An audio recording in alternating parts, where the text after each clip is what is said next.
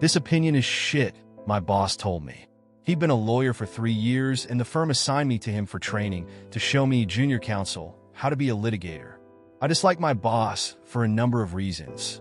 He knew no law, and he expressed himself badly in writing. For a litigator, that's like strike 1 and 2 right there, and strike 3 was this: he had no balls. He was actually scared of going to court.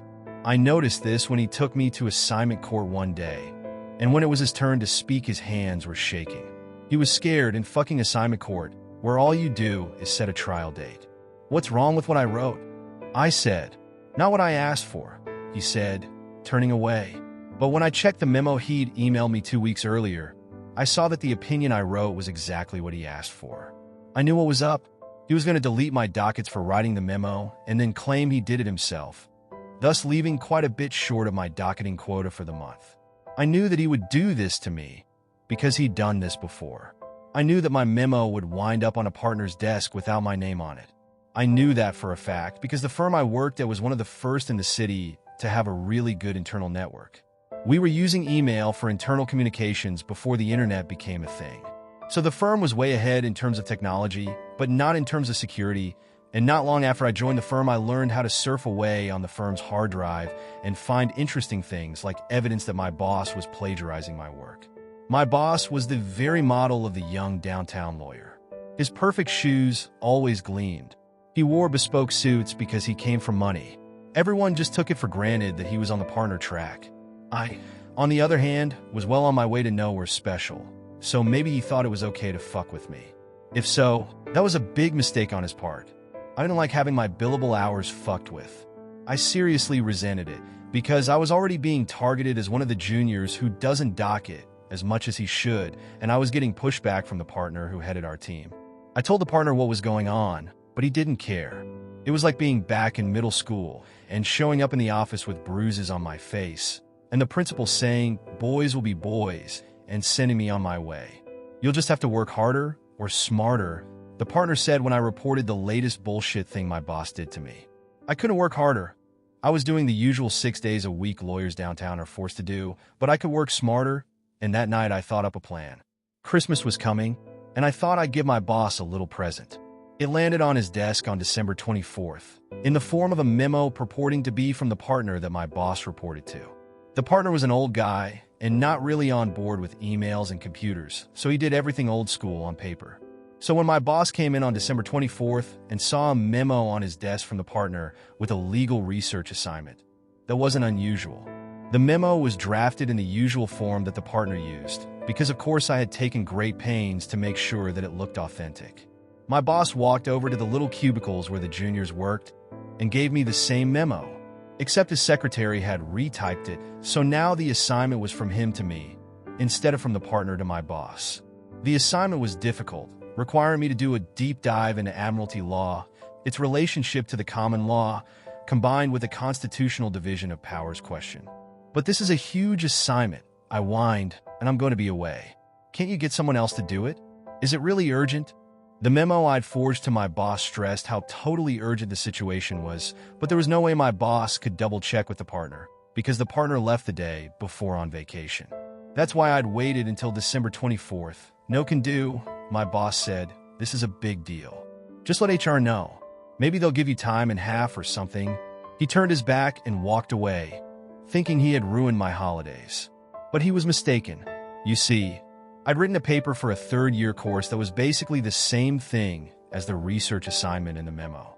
So the only work I had to do was to find the old floppy disk with the draft on it, fiddle with it a bit, and voila, a very detailed and very long memo on an obscure point of admiralty law, with references starting back to Lord Coke's day. So I put the memo together and took my holidays as planned.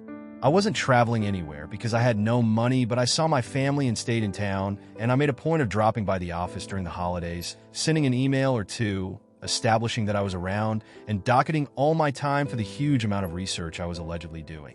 So the holidays end, and I'm sitting in my shitty little cubicle with a huge stack of work to do, and my boss comes up to me, in one of his bespoke suits with a gold tie pin and cufflinks to match. He was wearing a gold watch too. He was dressed up, even for him, trying to make an impression of some kind. "Where's that memo?" You were supposed to have it on my desk when I got back. I'm going into a meeting at noon. Just finished it this morning, I said, handing him the lengthy memo that was still warm from the printer. My boss took the memo in his hands and felt its heft, and he smiled. Then he turned and walked away without a word. Just before lunch, I heard a commotion down the hall. It was a pretty loud commotion, as such things go, a loud fuck. And then a door was flung open.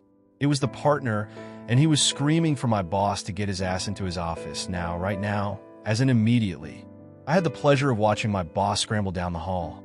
"Just what the fucking fuck is this?" the partner said, standing in the doorway to his office, and holding my handiwork at arm's length with his thumb and index finger, as if he were afraid that handling it would soil him.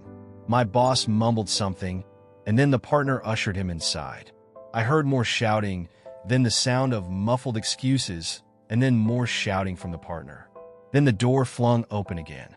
"Called in the 90s. Get your ass in here, too," the partner said, and I got my ass in there pronto.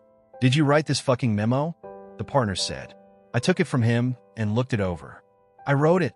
The cover page has been changed to remove my name, but other than that, it's mine. I spent all Christmas on it.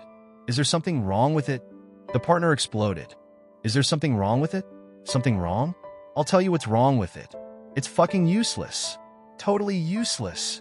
I explained that I'd followed my boss's instructions to the letter, and that I'd docketed more than 100 hours on it. At this, the partner really went nuts and told me to go back to my desk and fetch him the memo from my boss. I brought it to him, and when he read it, his face went red.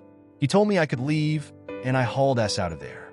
From my little cubicle, I wasn't close enough to hear the full chewing out my boss got, but I heard the details through the grapevine over the next few days about how the partners were seriously pissed that my boss had wasted over 100 hours of a junior's time on a useless task that was obviously a prank, and how had my boss not realized that he was being pranked?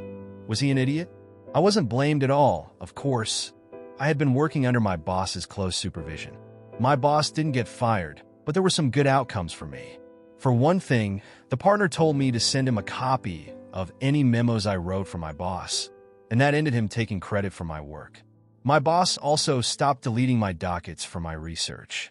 Plus, I got a belated Christmas bonus for having to give up on my alleged vacation to write the stupid memo.